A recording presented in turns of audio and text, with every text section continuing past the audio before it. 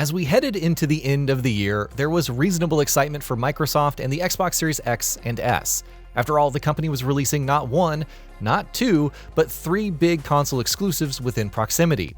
Heck, two of them, Microsoft Flight Simulator 2024 and Stalker 2 Heart of Chernobyl, were launching within 24 hours. But that's not what actually happened. Instead, Asobo Studio's highly anticipated sequel to the 2020 breakout flight sim, which put the franchise back on the map, ran into a snag. This snag effectively made it impossible for most players to log into the game. Many reported long initial loading times, while others reached 97% into their loading before it stopped. Those who could get in reported a rather shoddy experience, and given how cloud-reliant the title is, even more so than its predecessor, the only hope was to wait until the servers were fixed. In the meantime, Microsoft Flight Simulator 2024 earned an overwhelmingly negative rating on Steam, with many expressing their disappointment and outrage. The development team quickly followed up with a launch day update, revealing that one of the services responsible for handling career mode and other missions had effectively overloaded due to the sheer number of requests. The problem was resolved, and players were brought in at a steady pace. Note that this didn't mean everything was fine and dandy, just that the gates were slowly yet surely opening. Server issues for online titles, regardless of the genre, are nothing new. Some of us assumed it would quickly gain its footing and the initial negative reviews would quickly turn positive or cease to be relevant. Of course, with Stalker 2 also launching, attention shifted to its various issues and bugs, including, but not limited to, the completely broken A-Life 2.0. Contrary to expectations, however, Flight Simulator 2024 hasn't bounced back. It's still sitting at a mostly negative rating from its current 6,122 user reviews. Only 38% of them are positive. Thus far, players have pointed out issues with loading times, stuttering, and crashes, with a patch released to address the same. One review points out how they spent roughly 25 minutes loading through everything to experience about 10 minutes of flying for a single mission in career mode, though to be fair, 5 minutes were spent loading into the certifications menu. Those 10 minutes were also far from optimized with, to paraphrase, several assets missing, half-built airplanes on the tarmac, and overall settings resembling a post-apocalyptic wasteland. And as some have pointed out, all the loading conveniently eats into the time allowed for refunding a game on Steam.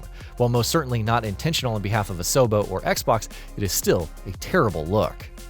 If you head over to the game's subreddit, you'll spot numerous other bugs. Passengers hanging out on the underside of an aircraft, a mission to fly from Florida to Spain, a distance of 4,300 miles, using an aircraft only capable of 800 miles of flight, planes stuck in buildings and preventing tests from being taken. The list just goes on. There are clips of planes spawning onto runways in free flight without their landing gear out, people hanging out of a plane's wing, and a gray brick instead of what I assume was meant to be a plane, just taxiing along without a care. That's in addition to complaints about the user interface and how it feels unintuitive, horrible AI voice acting in career mode, cheesy passenger dialogue, and more. This is called hovering out of ground effect. Feels interesting for airplane pilots, doesn't it? Now try to use your trim to move the neutral position of your cyclic. You can trim the helicopter when you hover, when you climb, or when you... And yet, all of this is only a handful of tales about the game. Others tell, and show, a gorgeous title with exceptional attention to detail and an extensive range of fun things to do. We praised the visuals, physics model, and new features like World Photographer in our review. Even on the subreddit and Steam, you'll find plenty gushing over the game's realism and discovering new things like wildlife as they explore the world. Comparisons between real life and Flight Sim 2024 are also starting to circulate, and the latter matches up quite well. Is landing in one piece. Today, you're in charge of bringing us in for a safe landing. And I've already set us up in landing configuration at 65 knots with 20 degrees of flaps. The underlying message here is that when the game works, and there aren't any, or at least minimal issues, it's quite an enjoyable experience. And really, that's all fans want, especially when asked to put $70 after spending several years with its predecessor, which is not only in a better place technically, but offers way more features and content for $10 less. The problem with Microsoft Flight Simulator 2024 is that the issues are far from minimal.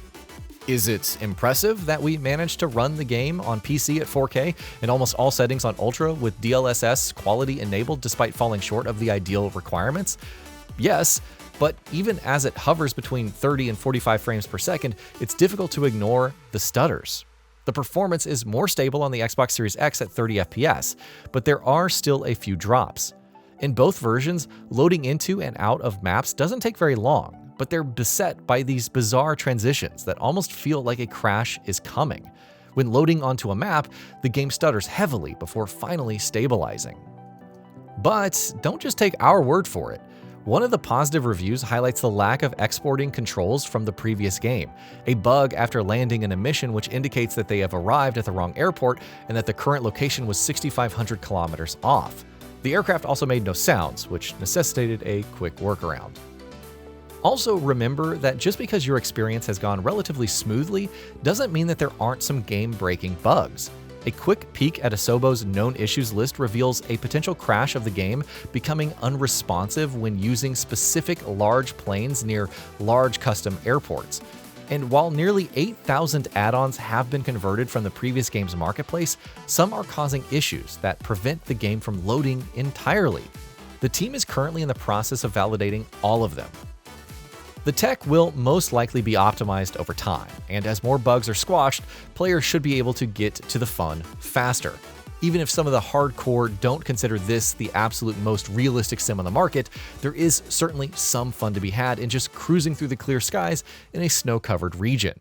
It's also wonderful to admire the sunset off the coast of a major city with all the gorgeous reflections in the water, or even just get out of your plane and appreciate the different details in the flora and fauna of a biome. It's certainly all there in what's one of the biggest games ever made, but having to deal with so many issues to finish a simple mission or just dive in for a free flight is off-putting at best and immensely frustrating at worst. The kicker for this is that polish and optimization are only the start of the journey. Even after Asobo implements fixes and ensures things are running smoother, it must deliver add-ons and updates to surpass its 2020 title. Regardless of all the positives and potential, Microsoft Flight Simulator 2024 will need more than its fair share of time to shine. And that'll be about it for this one. If you guys like what we're doing at GamingBolt, please consider subscribing to our channel, and I'll see you guys on the next video.